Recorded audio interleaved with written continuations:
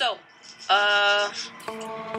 as much as I would at least try and find something more original to adjust in my behavior, there's nothing worse than being okay with being a procrastinator.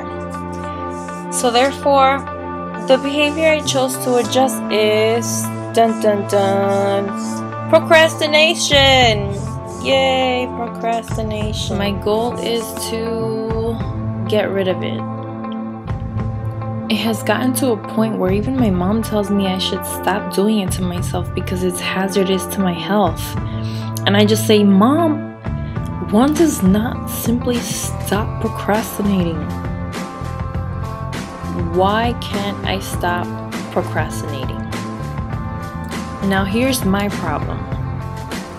In the Journal of Counseling Psychology, an article links perfectionism with procrastination. They find that about a fifth to a third of college student samples have been identified as maladaptively perfectionistic. That's interesting. The students display high personal performance standards, and this has shown itself to be a major cause of procrastination. Now, I've always known that I've had a tendency to be perfectionist, but I have never associated this characteristic with my procrastination. This is now subject to investigation. I've decided to emulate somewhat of a study described in the North American Journal of Psychology on duty and self-discipline by starting with taking a procrastination inventory. This will ultimately uncover the disgusting root of this demonic, life-ruining behavior. People, especially students, focus their task delays on specific situational settings such as studying, reading, working on term papers. It is labeled as academic procrastination. Ding ding ding! The writers find that procrastination is very similar to social loafing, and that people's intentions stop leading into their actions. This we call the intention-action gap. So I said, tomorrow I will vow to never procrastinate again. My intervention. I started my study by taking a journal approach on monitoring when and why or what causes me to procrastinate. I learned a lot from this part because I never realized in how many minor duties I have a tendency to procrastinate.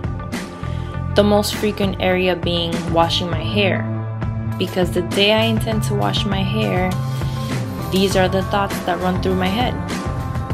Oh, I have to wash this long hair. Oh, I have to blow dry it. Oh, then I have to comb through all the naps. Oh, and then I have to flat iron it. This is when perfectionism outweighs accomplishment.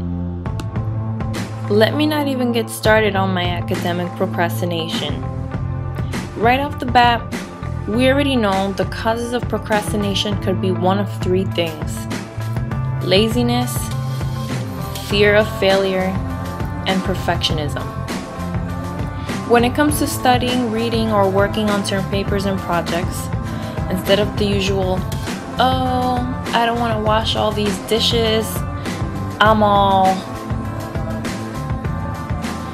and instead of, oh, I don't want to cook myself anything, I'll just settle for some cereal,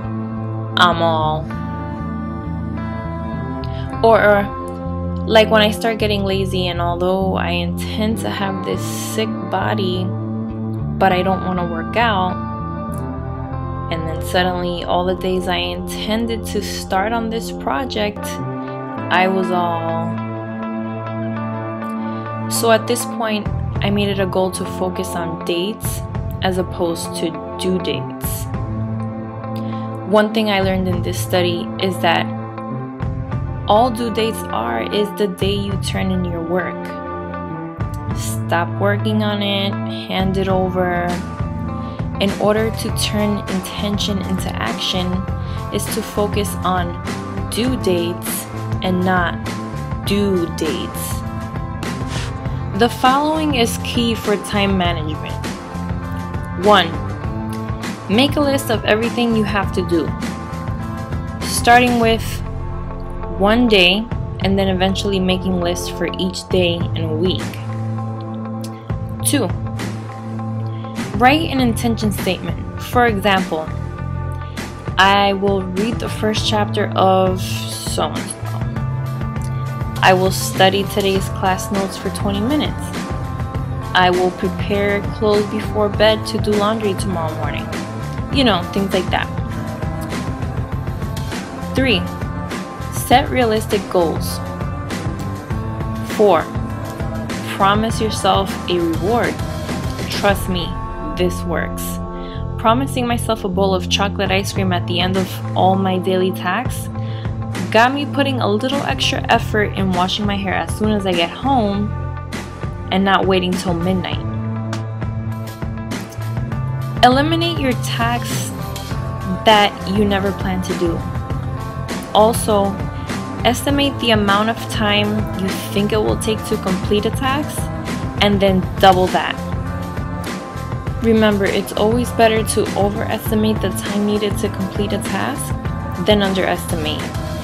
You don't want to have a chance to disappoint yourself if it isn't completed. Remember, think realistically.